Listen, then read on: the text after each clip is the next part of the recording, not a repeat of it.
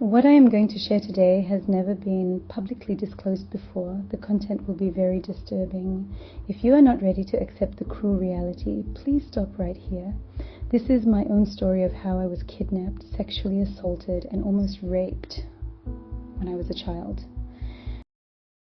Nowadays, everybody is talking about the Epstein files and how these rich and powerful pedophiles formed a criminal ring. But pedophiles are not only rich and famous people. Humans possessed by evil forces are everywhere, walking among us and aggressive, looking for loopholes in our social institutions to exploit for their evil purposes. Oftentimes pedophiles want to hijack and misuse an institution where minors are relatively powerless. For example, many pedophiles hid within the Catholic Church because young boys and girls singing in the chorus are quite powerless. Youth sport leagues, with which coaches have lots of power over minor athletes, also have such risk. But there is one more institution where children, including teenage boys and girls, are powerless. It has been used by pedophiles, and yet people have not talked about it enough. I am a victim of this institution, and I believe I am not the only one. It is the foster care system. If you do not know, once a child gets trapped in the foster care system, there is almost no way for them to get out. The system can legally detain them against their own will and sometimes medicate them. They call it guardianship, and I call it kidnapping. For potential pedophiles, these powerless children are vulnerable targets. Besides that, the foster care system can also be misused as a perfect channel for human trafficking, because under this system, children can be legally transported from one place to another, and even from one country to another. And nobody will question it. I know this because I myself was a victim. But before sharing my story, let me take a step back and make this clear. I am not attacking foster care. I believe that the overwhelming majority of foster families are great people. I believe that the overwhelming majority of people working or volunteering for foster care are great people. I also want to make it clear that I'm not here to seek revenge. Yes, I was traumatized, but I have outgrown it, and as a result I became more powerful. I have a much bigger mission in life, a much bigger goal to fulfill. This part of my story started in the last century when I was 14 years old. I lived in Tamaray, a black community located in rural Georgia, founded by my father, hosting hundreds of family members, friends and followers. My father intended to build Tamaray as a safe haven, open to all of our people.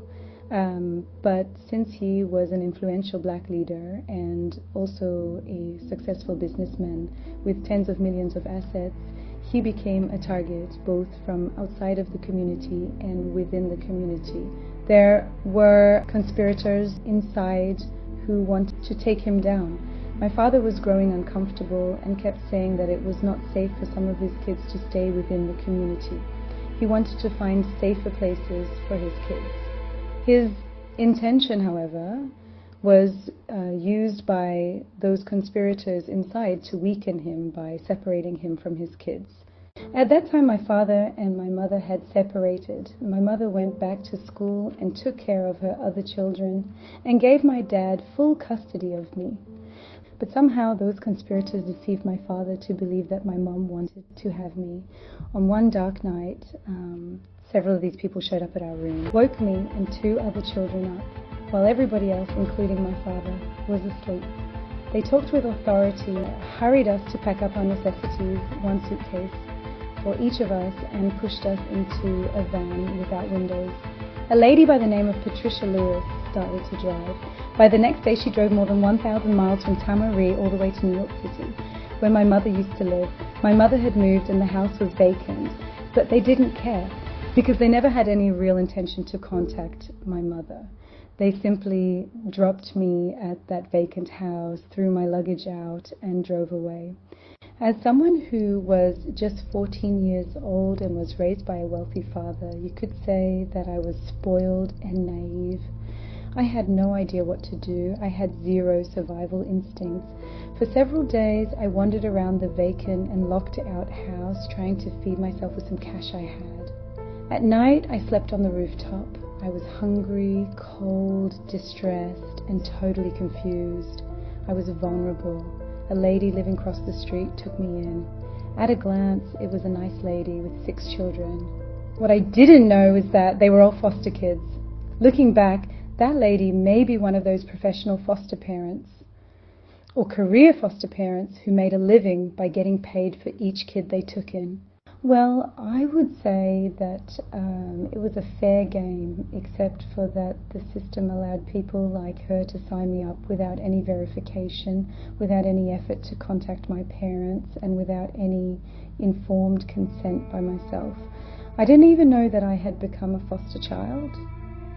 I thought I was staying with her temporarily while they were making contact with my parents.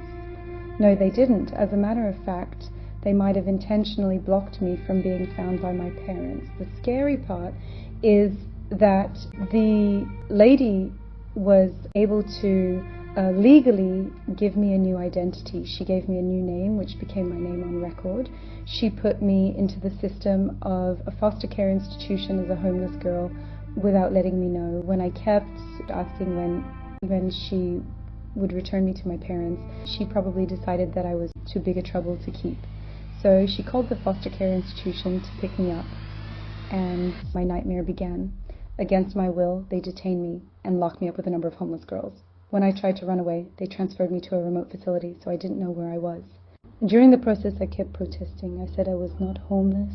I just got lost from my parents. My father was rich, and they should contact my father to get me back. But those people at foster care refused to listen. They said I was lying or I was crazy. They didn't try to verify my identity. Instead, they took everything from me.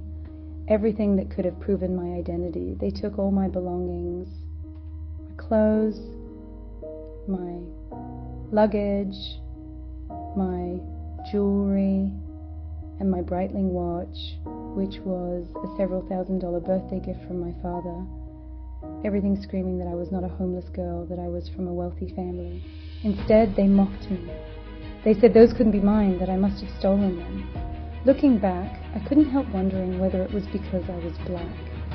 If I had pale skin, I might be on national TV reported as an innocent white girl. Got lost from her wealthy family, but no, I was black, so I must be poor, be homeless, and all my valuables must be stolen, and so they kidnapped me.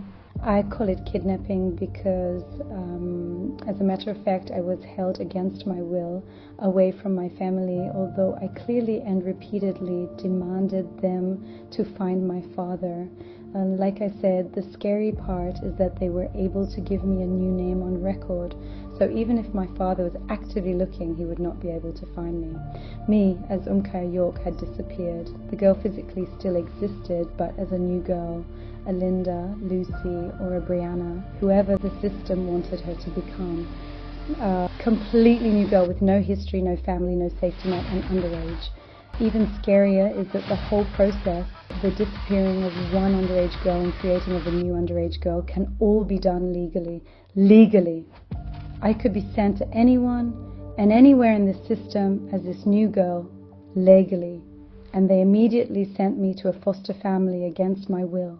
In the next 3 years, I was sent to many different foster families. They looked normal, but interesting part was that there would always be a creepy man in that family, being the foster father, the older son, the uncle, or simply a friend. They peeped while I was showering, sneaked into my bedroom, and accidentally exposed themselves to me. I kept running away from them. At one point, I had to climb on a glass table to jump out of the window of the second floor attic where I was locked in, and almost broke my leg. I walked with a big piece of glass in my foot all the way to the Staten Island ferry, leaving a trail of blood behind me. Although I could run away from that predator, I couldn't run away from the system. They would find me and got me back and disciplined me and then sent me to the next foster family. Because I fought too hard, at one point they said I was mad, crazy and dangerous, and they asked a shrink to examine me and sedate me. Thank the divine deity that psychiatrist had integrity. She said, "This girl has no mental issues. I cannot drug her, but I know some other girls were not so lucky." They were drugged, punished, groomed, and then rewarded when they behaved. I pray that nothing horrible happened to them. That foster care institution kidnapped me for 3 years. Finally, I ran away again, and a nice lady believed my story. She took me to my father's bookstore in New York City and immediately saw a picture of me with my father in one of the books.